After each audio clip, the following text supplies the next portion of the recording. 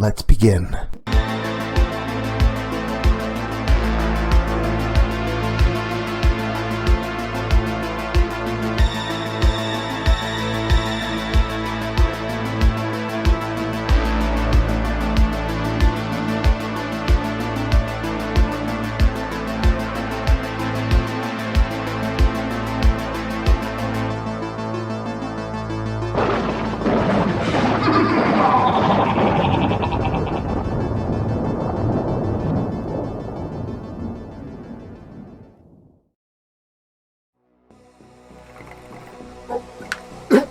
Hey there, Scary Story Fanatics!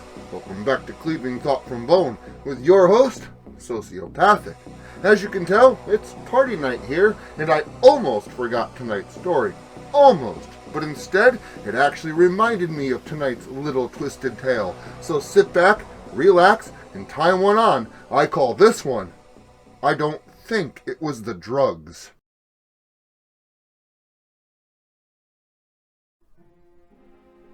Yeah, the plans changed a bit. Yep. Elton spoke into the phone. Yeah, don't worry. Everything's still happening. We just have to alter the itinerary a smidge. He finished, assuring his friend on the other line that the party would still be going off without a hitch. Elton had a big weekend planned. A getaway camping weekend for himself and 4 of his friends. The place where they were going was private property, owned by Elton's brother, and the terrain more than familiar. And as it was to be on private land, there were 3 full days of debauchery planned. First, they would ride up to the campgrounds together, stopping short only a mile down the road from their destination at the local bar where they would party their night away. The following night, the 4th and most long-time friend of Elton's would be arriving, with a half keg of beer in tow, marking night 2 as the keg party. But it was the following evening, their last night of fun, that would be the blowout of them all. Elton and one of his friends had secured over 300 glow sticks for that night, as well as a few bottles of liquor and some mind-bending, perspective-altering psychedelic substances. Drugs. There would be EDM techno music and bent mindsets all around, and with the addition of the provisions and the glow sticks, it was bound to be an all-out rave for the 5 friends. However, Elton had just received some disheartening news. The friends and the keg were just fine to bring, but the group would not be allowed to partake in any illegal drugs, which in this state still included marijuana. Apparently, there had been an unrelated encounter with the authorities earlier that week, and Elton's brother was more than gun-shy. He was paranoid, and made Elton promise that he could abide by these new rules. Disheartened and frustrated, Elton thought, and finally came up with a solution. The exact solution he relayed to his friend over the phone. There would indeed be a slight change in plans, but every event was guaranteed to get into motion without issue, or so they thought. The following day, Elton and his 3 friends met up and hit the local bar as planned. It was a night of unabated fun, with only Big John, Elton's youngest friend, becoming ill. Cora, John's girlfriend, would end up caring for him most of the night. Samuel, or just Sam, was the last to head to bed, playing cards and drinking long necks with Elton until nearly 4 in the morning. As a result, the group slept in the following day past noon, but each awoke with a renewed sense of invigoration when they all heard the car beep outside their large cabin nestled just within the tree line of a forested ridge. The last member of their group, Lucas, had just arrived, and they all knew that that meant that their keg of beer was there as well. The afternoon, evening, and following early morning were spent much like the last. Instead, the group was nestled in the embrace of a dark forest on private land, not having to share a bar with anyone else. Their music was loud, their bonfire was bright, and mostly everyone laughed until their faces hurt that night. And once again, upon going to sleep, just as the sun was coming up, the lot of them found themselves torn between physical exhaustion and the excitement the next day would bring. The final and most blowout night of the weekend. rave night. Throughout the course of the weekend, Elton and his friends had ventured far into the forest, scouting out a new secluded place in which to party for that last night. And it wasn't long before they all felt that they had found the perfect spot. The place was right on the ridge of a bank so steep it could almost be considered a cliff. The trees above parted slightly in such a way to allow for the perfect site for a bonfire, and it was so far into the forest, not a soul would ever discover them there. It was perfect, and aside from a few snapping twigs, the chirps of birds, and all else that seemed to be nothing but forest life, they felt like they were completely alone out there. And in that fact, they would be utterly wrong. It took the rest of them a long time to trek into those woods with the encumbrance of darkness and an entire slew of party supplies in tow.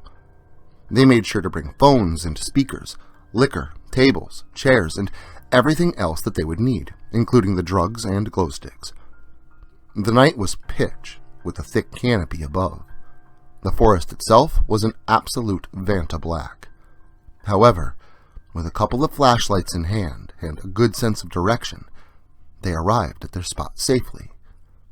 Shortly after that, a substantial fire was lit alongside all the glow sticks, music blared, and the drinks had been cracked. That's when Elton went off to retrieve a bag that he had stashed in the woods 2 days prior when scouting out the area. A bag filled with the party favors that the group had been waiting for.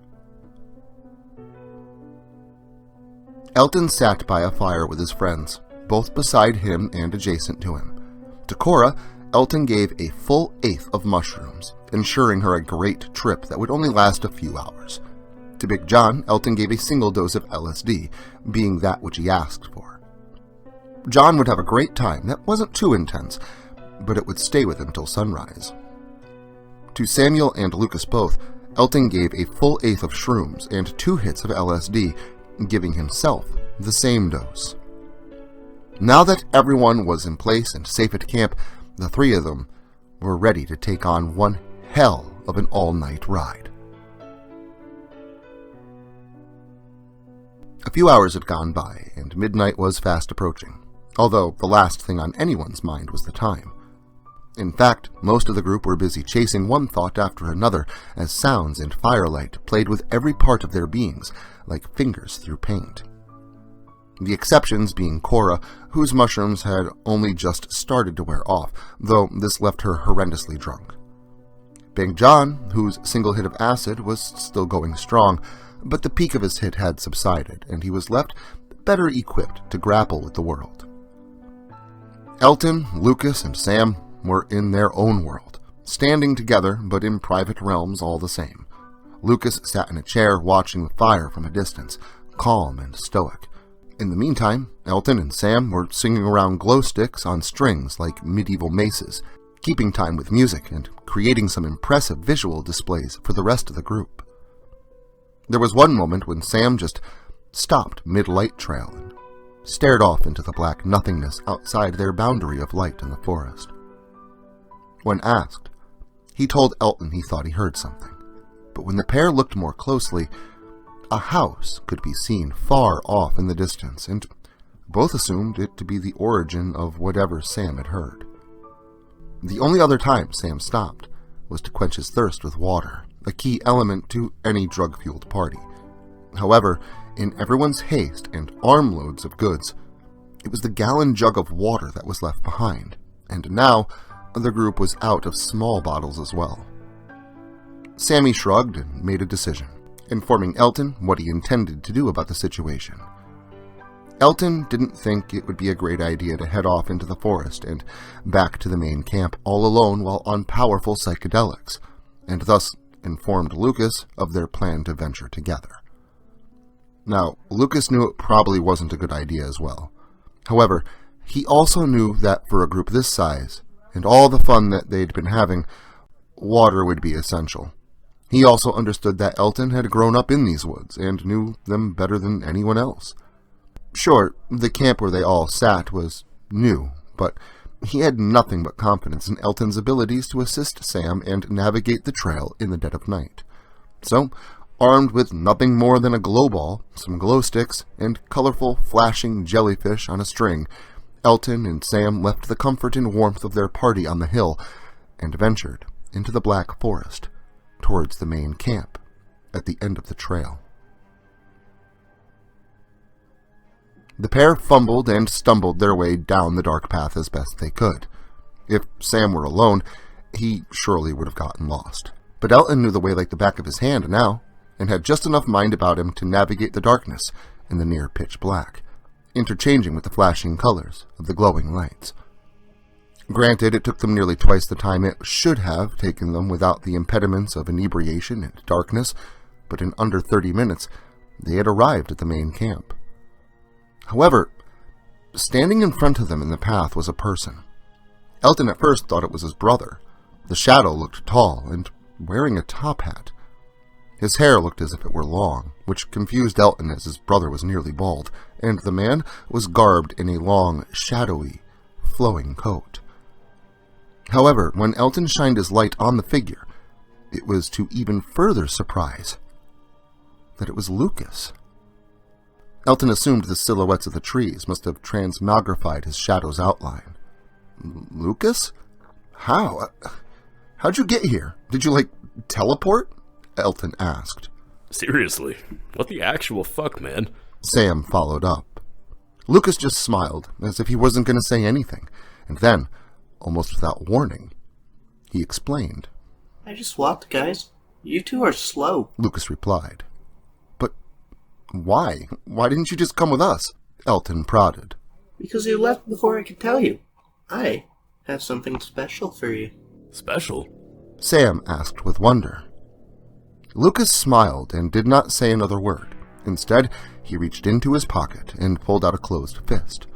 With his own light, Lucas shined the beam down into an open palm, revealing two small, translucent objects, like two tiny plastic shavings, both a deep red. What are those? Elton asked.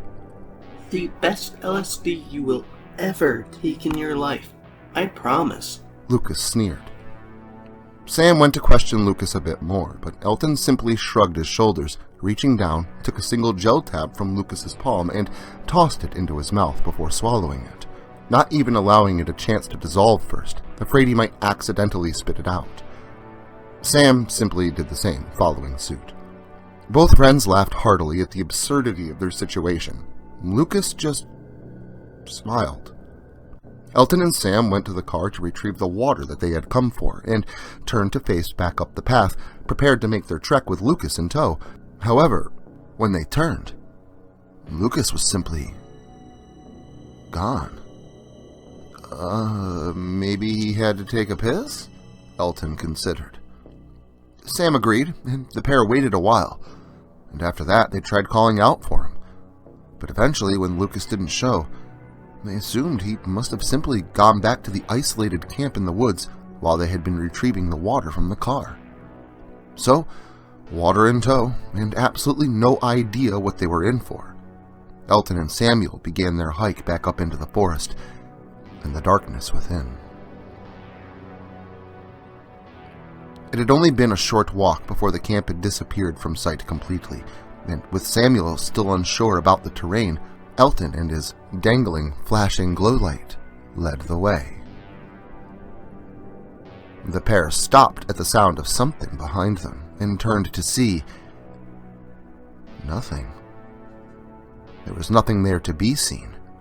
No creature, no lights from the distant camp through the trees. No trees, and no path. Only an utter wall of Vanta black. What the hell was that? Elton asked. I don't know, man. I can't see a fucking thing. Maybe it was your stomach grumbling. Sam answered. Very funny. You don't see anything? No, man. Nothing. The pair tried to backtrack down the path for a clearer view, but it seemed that no matter how much light they showed in that direction, it reflected off nothing. Fuck this, man. I can't see. Let's just go. If we hear it again, I'll worry then. Elton reassured Sam, and onward the pair walked. But soon, Sam stopped Elton in his tracks. Dude, what the hell is that? He asked, pointing off into the woods. The duo had made it up to the ridge of the mountain before they would have to cross the vast expanse around the horn of it to make it to their secret camp. The trees around them now flashed red and green and yellow and blue, but there was more there. Elton looked up to see enormous, tuber-like creatures, plant or animal, he could not tell which.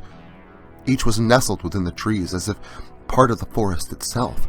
Large tentacles exuded from every angle, thick and long, reaching up towards the canopy as if for the stars. The light from their glowing objects reflected off the bodies of these things, shading them to whatever color was being shined.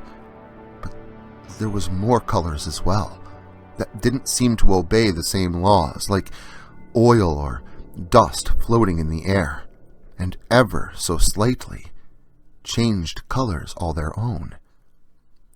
Dude, what the hell are those? Elton began, but pondered his sentence with the consideration of all that he had consumed that evening. What, those giant plant worm things? Samuel blurted back, and immediately that's when Elton realized it, and it sent a shudder of horror down his spine once he realized the horrible implications. Elton had calculated that even though he had only just taken that red gel tab, that maybe its effects had kicked in and were stronger than he thought. Or maybe this was a combination of every other substance that he had consumed that night. And while these thoughts fleeted through his mind in only a fraction of a second, it was the final thought that hung heavy in his brain and sent a tremor of fear through him that seemed to reverberate through his soul. If what he was seeing was merely the result of drug-induced hallucinations, how could Sam be seeing the exact same thing? And it was the answer to that question that he lingered upon, for the only answer he could arrive at was too horrible to be true. Only made worse when that monstrous growl from behind them returned, this time louder, deeper, and more resonant. This time the duo turned to see red eyes in the black, but they were just sitting there, hovering in the darkness. Both wondered if they were in fact distant lights through the trees that they could once again no longer see, but just beyond the reach of visible light seemed to be a set of large, pointed, barely perceivable teeth, as large as a megalodon's maw, and each tooth seemed to undulate in the darkness as if not truly solid, and that maybe they weren't exactly seeing what it was they thought they were, but each confirmed that they had heard and were seeing the exact same shit. Now, not just to get water to the camp, but to be back with the safety of others, Sam and Elton quickened their pace away from those glowing eyes and large, tuber-like plants, and further into the black beyond. The pair crawled under a large log that neither remembered being there, and followed a path that they were sure that they had tread before. And soon, it wasn't long that Sam and Elton could hear the party raging somewhere deeper in the forest. The only problem was that for some reason, with every few steps, the direction of which it seemed like it was coming from seemed to change. Elton dangled his glowing light in front of him, desperately looking for the path and solid ground with each and every step, assured that at any given moment forward, he would plummet off the cliff to his side, and to top it all off, the light of his glow ball seemed to illuminate nearly nothing around him. Samuel was behind him and had begun to think of himself as Dante, following Virgil and his lantern through the depths of hell, especially since every time he looked away from his friend's light, all Sam saw was enormous and odd shapes, breathing and moving and squirming just within the blackness at both sides, something he was desperately trying not to look at. "Where's the path, man?" Elton said in a panic. I don't know. I'm following you. Sam replied in return. Well, if my light seems to suddenly disappear, you'll know I fell and did not go that way. Yep, I'll just step around. Gee, thanks, Elton said, but within his joke was genuine fear. He had heard it, and Samuel did too. He didn't ask him this time, but he knew that he did. The shrill cries of agony in the vast distance somewhere out in the dark and far below them, like they were walking along the edge of a precipice to hell itself. Elton did not fear falling down into the dark, but what he might find down there once he did. There was another growl, and this time the friends didn't even have to say a word to one another. Both quickened their pace and were forced through some ferns and around the horn of the mountain. It was when the growling stopped that they saw it. Lights of all colors, fluorescent and bright, shining through the trees. The music could be heard clear as day, and the party could be seen atop a hill only a few feet away. Somehow, like brothers that had been to war and survived, they made it back. And as Lucas called them over, both prepared words that they wanted to share with their friend. Hours had passed now, and the sun was beginning to come up over the distant mountainous horizon. Sam and Elton had berated Lucas about whatever the hell he had given them, and although Lucas swore up and down that he never left the camp, little less given them an extra dose of LSD, the pair kept at him until their potent buzz had just about worn off. Tired, strung out from a long night, and a moderate hike ahead of them, all 5 friends left the distant forest camp and made their way for the main camp at the base of the trail to prepare to leave home. As they walked, Lucas and the rest in the front of them by a good distance, Sam and Elton trailing behind, recalling the previous night's events. They heard a snap in the woods, off to the left, opposite the cliffside and up the hill of the mountain. This time, however, they did not see only peaceful forest land. Instead, they were given an eye shot at what had made the noise this time, unnoticed by the rest of the group who were still walking on further up ahead. In the woods, about 50 yards away, there seemed to be a tall native man, simply standing in the woods and looking at Elton and Sam. His hair was black and long and hung past his shoulders. In his large hands, the man gripped what looked to be some kind of ceremonial or ornate staff carved from a tree branch. And above his long black beard and mustache and those long strands of hair sat a tall, odd-looking top hat. Elton and Sam were taken aback, having no idea what to think, until they realized that the man simply smiled at them with a familiar grin, and his eyes, for the briefest of moments, turned a bright red.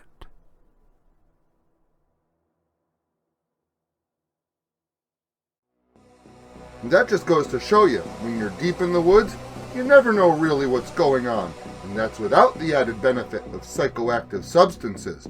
But I hope you benefit by returning here again next weekend. So until then, make sure to like, share, subscribe, and turn on notifications so I can catch you all again next Saturday.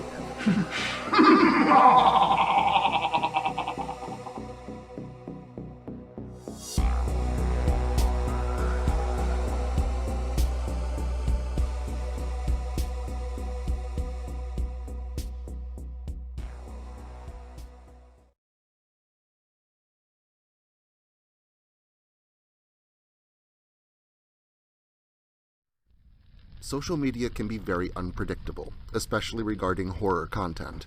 If this content gets removed, all new content will be simultaneously presented on various websites provided in the description to this video. Make sure to follow me in other digital spaces so that you never miss out on the terror. Also, if you like this video, make sure to leave a comment and hit the like button. It helps the channel a lot.